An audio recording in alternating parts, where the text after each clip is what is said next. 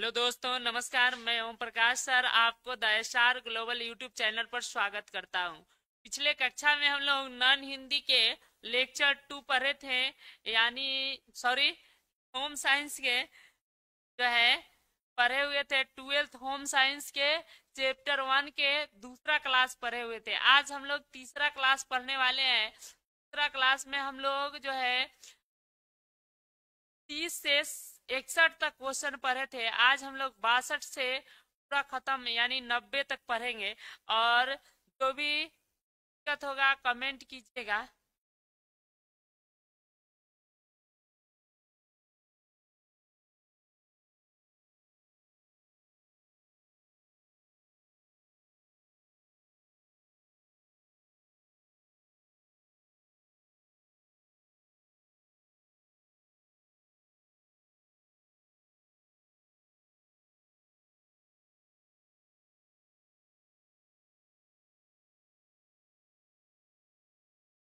Hello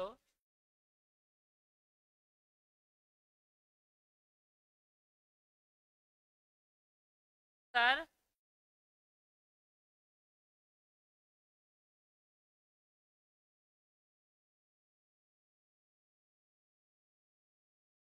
hello sir. हाँ, आवाज आ।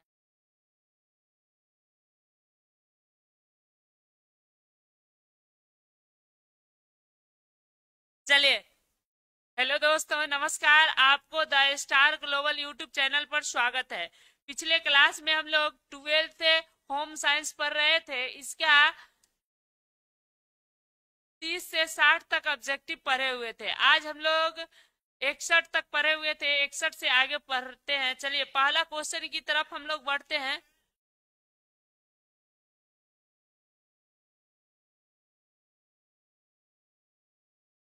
चलिए पहला क्वेश्चन है, जन्म के समय जन्म के समय जो है भारतीय बच्चे की औसत लंबाई कितनी होती है? 40 सेंटीमीटर, 80 सेंटीमीटर, 50 सेंटीमीटर, 30 सेंटीमीटर। चलिए बताइए, आप लोग आंसर कमेंट कीजिए, कौन सा आंसर होगा आप लोग बताइए।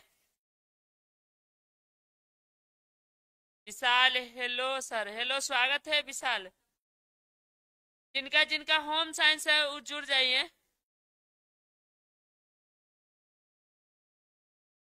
चलिए इसका आंसर कमेंट कीजिए। आप लोग का कौन सा आंसर है?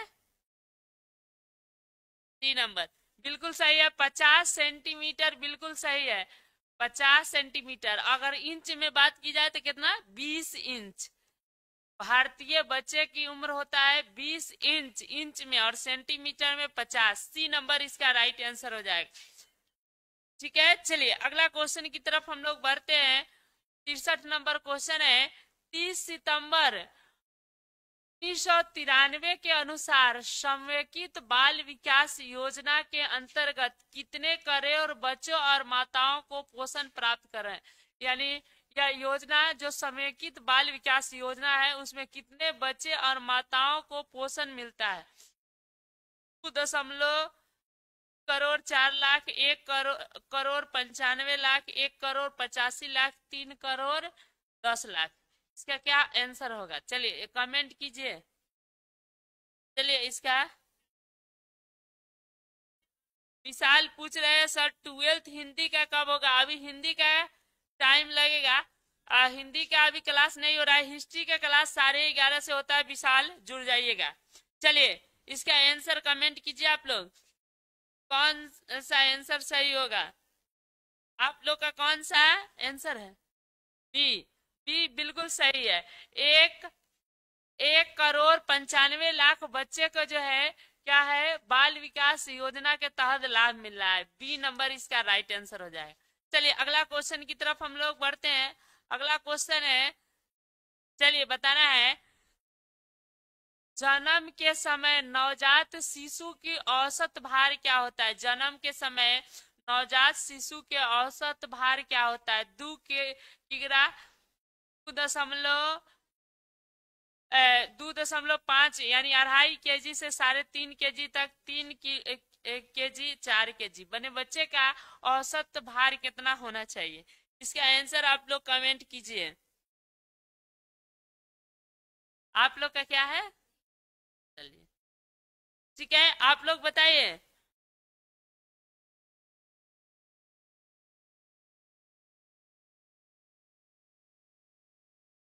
इसका सही आंसर हो जाएगा बी, यानी 2.5 kg से लेके 3.5 kg तक होता है। 2.5 kg से 3.5 kg तक होता है। चलिए अगला क्वेश्चन की तरफ हम लोग बढ़ते हैं। अगला क्वेश्चन है,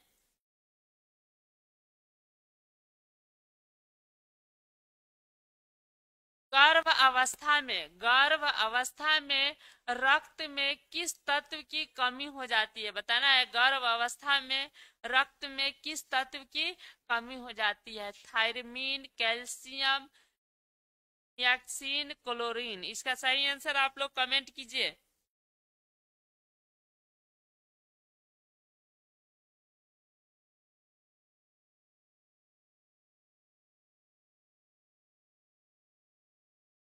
कौन सा आप लोग का आंसर है? कैल्शियम।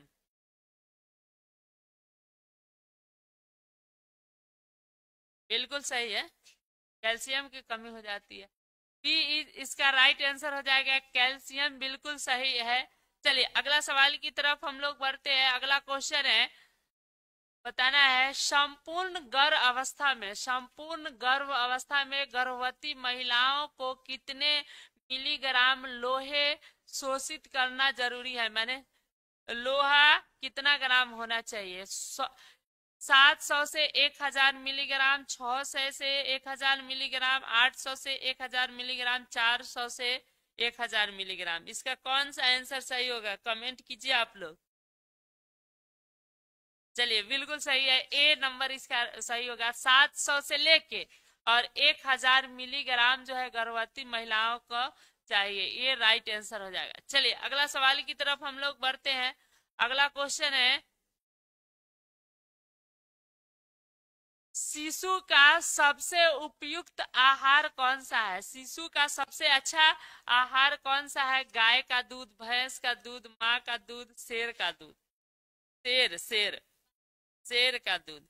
शेर का दूध मालूम है जहरीला होता है, आदमी पिएगा तो मर ही जाएगा, नहीं?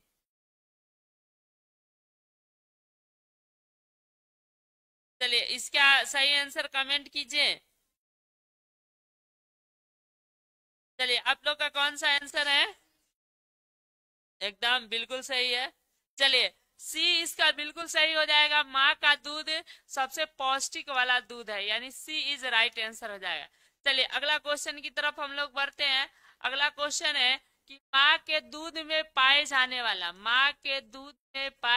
वाला एंटीबॉडीज जो प्रदान करता है वह क्या प्रदान करता है? रोग निरोधक क्षमता, संक्रमण, सफाई, लिंग भेद, क्या प्रदान करता है? चलिए बहुत अच्छा, मुस्कान बिल्कुल सही, गुड मॉर्निंग। चलिए बताइए अगला क्वेश्चन का आंसर बताइए। बिल्कुल बिल्कुल सही मुस्कान बता रही है।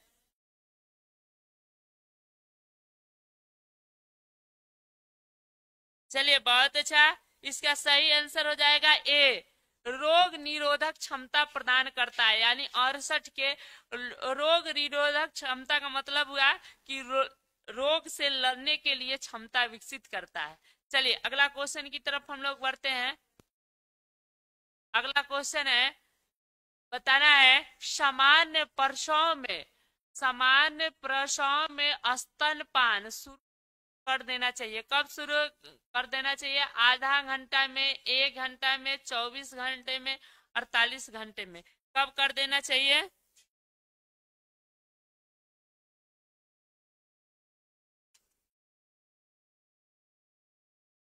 चलिए इसका आंसर कमेंट कीजिए आप लोग।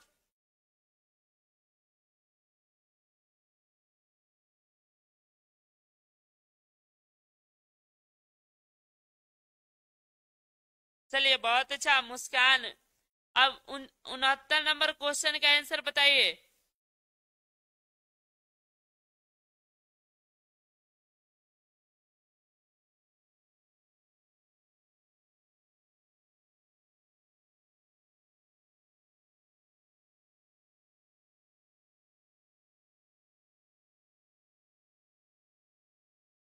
बिल्कुल सही है।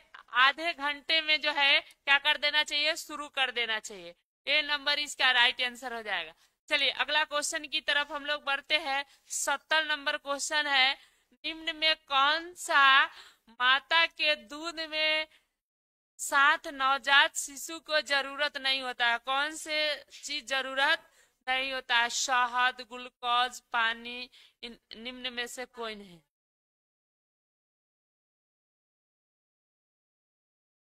नवजात शिशु को तो माँ के दूध के अलावा कुछ चाहिए ही नहीं। क्या चाहिए? कुछ नहीं चाहिए। इनमें से कोई नहीं इसका सही आंसर हो जाएगा। डी नंबर इसका राइट आंसर हो जाएगा। चलिए अगला सवाल की तरफ बढ़ते हैं, 71 नंबर सवाल की ओर। इसका आंसर कमेंट कीजिएगा। स्तन स्राव है, अपरिवर्तित नहीं हो सकता है। यदि बच्चे को डायरिया है तब भी वह दिया जा सकता है। सिर्फ बच्चों के लिए संतोष होता है, हमेशा गाढ़ा होता है। इसका आंसर आप लोग कमेंट कीजिए।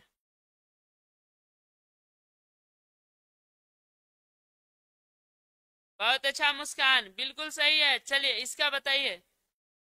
71 का।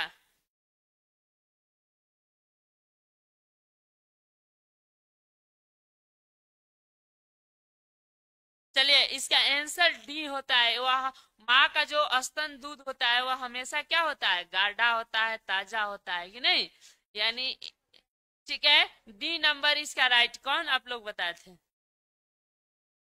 चलिए अगला क्वेश्चन की तरफ हम लोग बढ़ते हैं। अगला क्वेश्चन है, मात्र दूध स्राव हो मात्र दूध स्राव से संबंधित है। सेक्स हार्मोन द्वारा उत्पन्न होता है। बच्चों को जन्म देता है, अंडा उत्पन्न करता है, इनमें से सभी।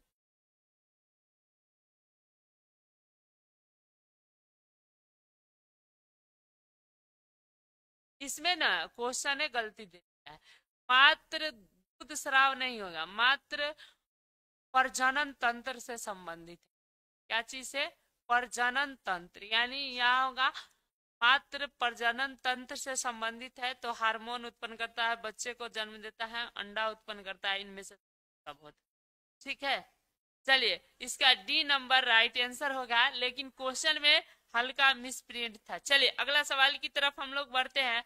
अगला क्वेश्चन है, इनमें कौन गलत है? इनमें कौन गलत है? वयस्क दूध खून का हार्मोनिक पदार्थ है। हार्मोन बहुत लच्छेदार होता है। गर्भ अवस्था की तकोदायक एक महिला के प्रजनन तंत्र की अवधि में होता है। इनमें से इसका आंसर बताइए।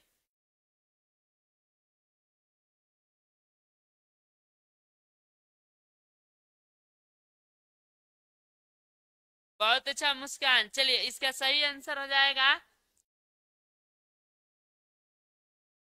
इसका जो आंसर होगा या बी राइट होगा, यानी जो है हार्मोन बहुत लच्छेदार होता है, ये गलती है, बाकी सारे सही है। चलिए तो इसका बी आंसर राइट हो जाएगा। अगला क्वेश्चन की तरफ हम लोग बढ़ते हैं। 74 नंबर। चलिए अगला क्वेश्चन है, बताना है कौन सा हार्मोन केवल महिलाओं में स्रावित होता है? कौन सा हार्मोन है जो केवल महिलाओं में स्रावित होता है? प्रोलेक्टिन, थायरोक्सिन, पेग्निन, इंसुलिन। क्या इसका सही आंसर होगा? इसका आंसर कमेंट कीजिए। बहुत अच्छा मुस्कान। अगला क्वेश्चन का आंसर बताइए। 74 का आंसर बताइए।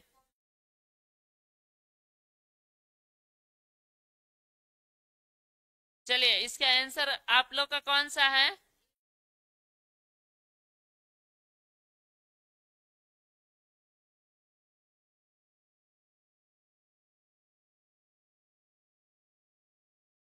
क्या जो है कौन सा हार्मोन है महिलाओं में? ए प्रोएक्टिन जो होता है महिलाओं में स्रावित। ए नंबर सही हो जाएगा। ठीक है। चलिए अगला क्वेश्चन की तरफ हम लोग आते हैं। अगला क्वेश्चन है, प्रसवोत्तर अवधि की अवधि गर्भावस्था है। माता के लिए, बच्चा के लिए, दोनों के लिए, दोनों में से कोई जरूरी नहीं। चलिए इसका आंसर बताइए आप लोग। प्रसव उपरांत अवधि किसके लिए गंभीर है, यानी प्रसव के बाद किसके लिए खतरा हो सकता है? माता के लिए कि बच्चा के लिए?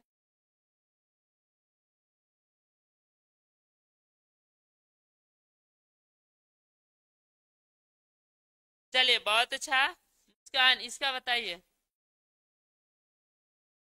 इसका सही आंसर हो जाएगा वो बच्चे और माता दोनों के लिए क्या है, क्या है, खतरा हो सकता है कि नहीं, यानी सी नंबर सही है। चलिए आप लोग भी बिल्कुल सही बताए।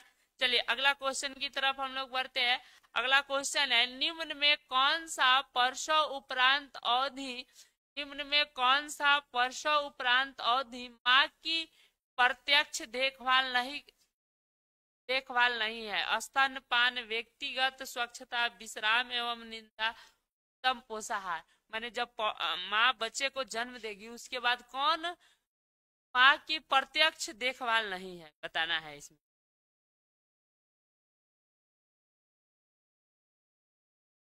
विश्राम और निंदा, सी सही होगा।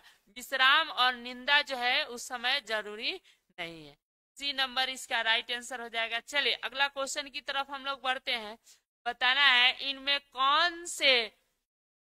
कौन सा शुरू के दिनों में बच्चों की देखभाल के अंतर्गत आता है। माने बच्चों को शुरू के दिनों में कौन सा देखभाल के लिए आता है, बताना है। बच्चों को गर्म रखना, गर्भनाल की देखभाल करना, सिर्फ माँ को दूध देना उपयुक्त सभी, बताना है। इसका आंसर कमेंट कीजिए।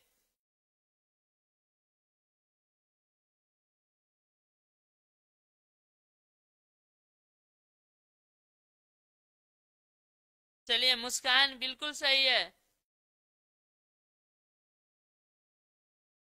चलिए इसमें सभी आएगा, डी नंबर बिल्कुल सही है, बच्चों को देखभाल करने के अंतर्गत आता है। चलिए अगला क्वेश्चन की तरफ हम लोग बढ़ते हैं। अगला क्वेश्चन है, थायराइड ग्रंथि से निकलने वाला हार्मोन का क्या नाम है, बताना है। एस्ट्रोजन, थायरोक्सिन, इंसुलिन, इनमें से कोई नहीं। चलिए इसका आंसर कमेंट कीजिए आप लोग। बहुत अच्छा मुस्कान।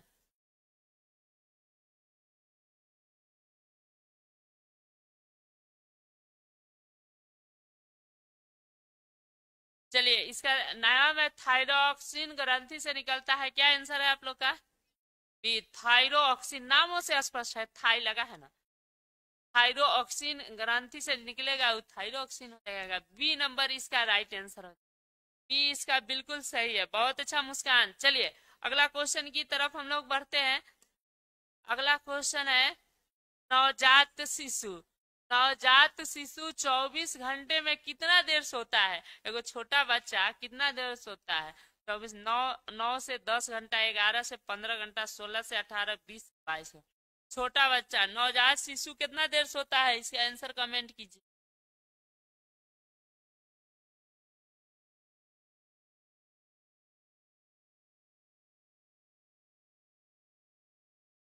चलिए बच्चा बहुत देर सोता है, यानी इसका जो है आप लोग का कौन आंसर है? डी, डी से भी सी सही है। उतना माने 2 घंटा उजगले रहेगा कि नहीं, तो सी नंबर इसका सही है, यानी 16 से 18 घंटा बच्चे सोता है नवजात बच्चे। सी नंबर बिल्कुल सही है। चलिए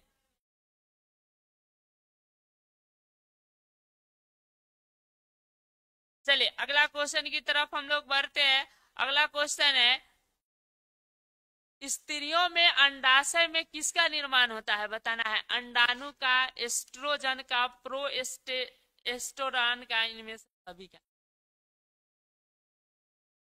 चलिए इसका आंसर कमेंट कीजिए।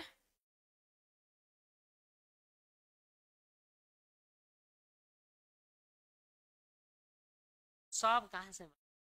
चलिए अंडाणु खाली बनता है, अंडाशय में खाली केवल अंडाणु बनता है। ए नंबर राइट आंसर हो जाएगा, ठीक है। केवल अंडाणु का निर्माण होता है। भाई बताओ, प्रोस्टेटस जो है ये पुरुष में पाया जाता है, तो महिला में कहाँ से होता है? मैंने गजब आंसर बताती है। चलिए अगला क्वेश्चन की तरफ हम लोग बढ़ते हैं। 81 नंबर होगा।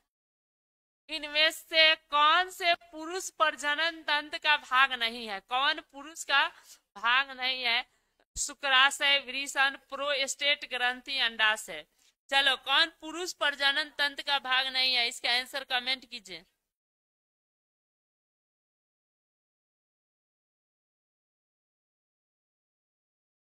अंडाशय नहीं है, अंडाशय जो है स्त्रियों में पाया जाता है। ठीक है, अंडाशय स्त्रियों में पाया जाता है, पुरुष का पूछ रहा है। ठीक है, डी इसका राइट आंसर हो जाएगा। चलिए अगला क्वेश्चन की तरफ हम लोग बढ़ते हैं।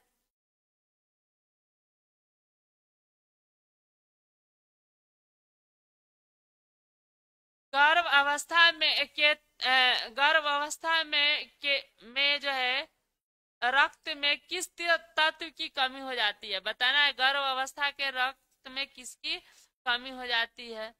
चलिए, थायमीन की, लोह तत्व की, निकासीन की, कैलोरी की। चलिए किसकी कमी हो जाएगी?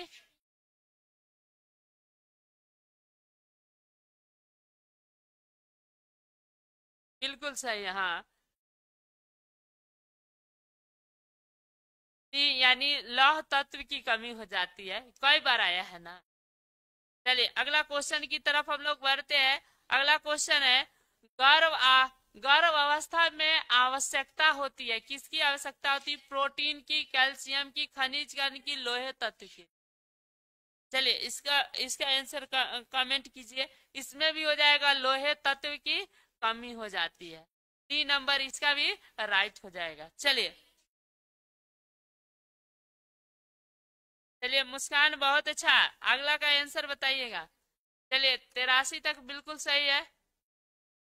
84 नंबर क्वेश्चन है,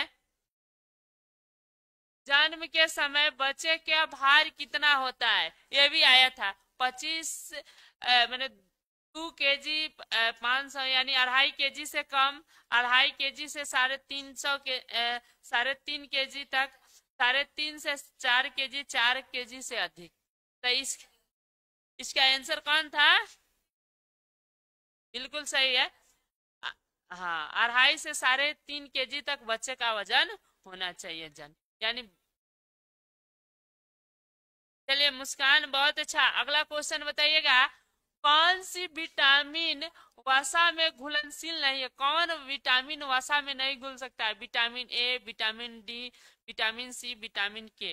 कौन सी विटामिन नहीं घुल सकता है?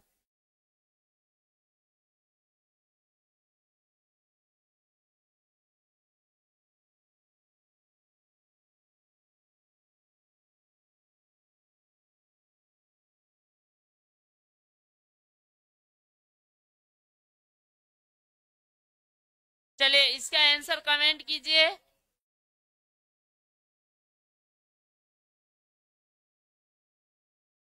कौन सी विटामिन है जो वसा में घुलनशील नहीं है? ठीक है, चलिए इसका सही आंसर हो जाएगा वो डी, विटामिन के जो है क्या है, घुलनशील नहीं है वसा में। चलिए अगला क्वेश्चन की तरफ हम लोग बढ़ते हैं। शिशु को पहला पूरक आहार किस आयु में देना चाहिए? पहला पूरक आयु कब देना चाहिए? 3 महीने में, 6 महीने में, 9 महीने में, 12 महीने। इसका बिल्कुल सही आंसर हो जाएगा। आप लोग कमेंट कीजिए, बहुत आसान सवाल है। चलिए इसका आंसर आप लोग कमेंट कीजिए।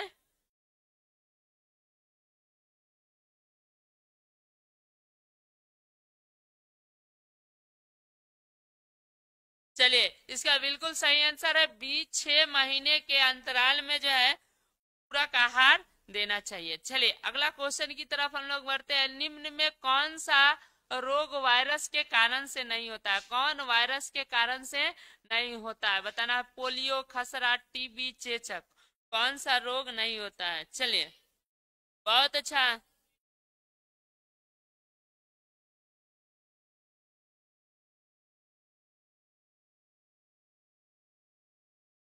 चलिए सभी लोग कमेंट कीजिए। चलिए कौन सा होता है? हाँ ये होगा पोलियो। ठीक है, चलिए आगे है अगला क्वेश्चन, वायरस के कारण नहीं होता है। अगला क्वेश्चन की तरफ हम लोग बढ़ते हैं। गर्भनाल की में कितनी धमनियां और सिराएं होती है?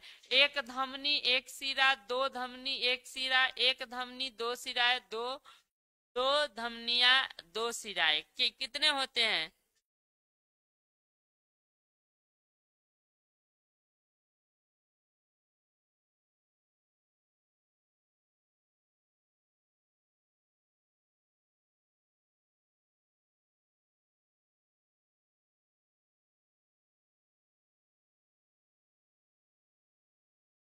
चलिए इसका आंसर बताइए।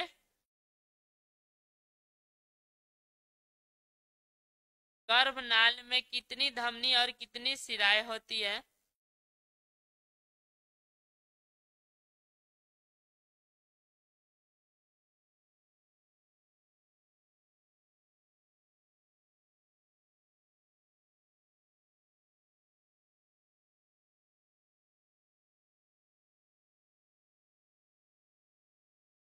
चलिए इसका आंसर आप लोग कमेंट करते जाइएगा।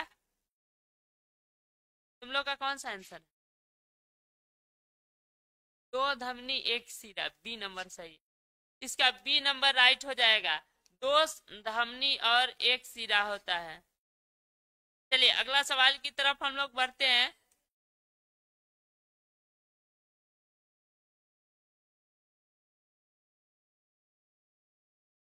आगे है, शरीर में मास्टर ग्रंथि किसे कहा गया? ये कई बार आ चुका है। शरीर में मास्टर ग्रंथि किसे कहा गया? थायराइड, पीयूष ग्रंथि, एडिनल ग्रंथि, पैनिकियाज। तो इसका हो जाएगा पीयूष ग्रंथि। ठीक है, बी नंबर राइट आंसर हो जाएगा, कई बार आ चुका है। चलिए अगला क्वेश्चन की तरफ हम लोग बढ़ते हैं। अगला क्वेश्चन है, स्तनपान कराने वाली माँ को प्रतिदिन कितनी अतिरिक्त कैलोरी भोजन चाहिए? 200 से 100 से 200 कैलोरी, 300 से 400, 500 से 600 कैलोरी, 800 से 700। चलिए इसका आंसर कमेंट कीजिए। बहुत अच्छा मुस्कान, इसका बता। कल हम लोग ये क्वेश्चन आया था ना? हाँ, 500 से 600, इसका भी सी आंसर राइट हो जाएगा। चलिए अगला क्वेश्चन की तरफ हम लोग बढ़ते हैं। 90 ही था, लास्ट हो गया।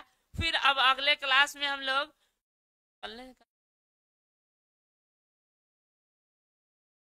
ठीक है, कल जो है हम लोग अब अध्याय 2 में चलेंगे। होम साइंस का ये पहला चैप्टर आज कंप्लीट हो गया। कल अध्याय 2 होगा। ठीक है, दो अध्याय 1 से 30 तक हम लोग ऑब्जेक्टिव करेंगे चैप्टर 2 के। फिर मिलेंगे अगले क्लास में। कोई भी दिक्कत होगा यूट्यूब के वीडियो में कमेंट करते रहिए। फिर हम लोग हिस्ट्री का क्लास में मिलते हैं 10:30 से 11:30 से, सॉरी 11:30 से। चलिए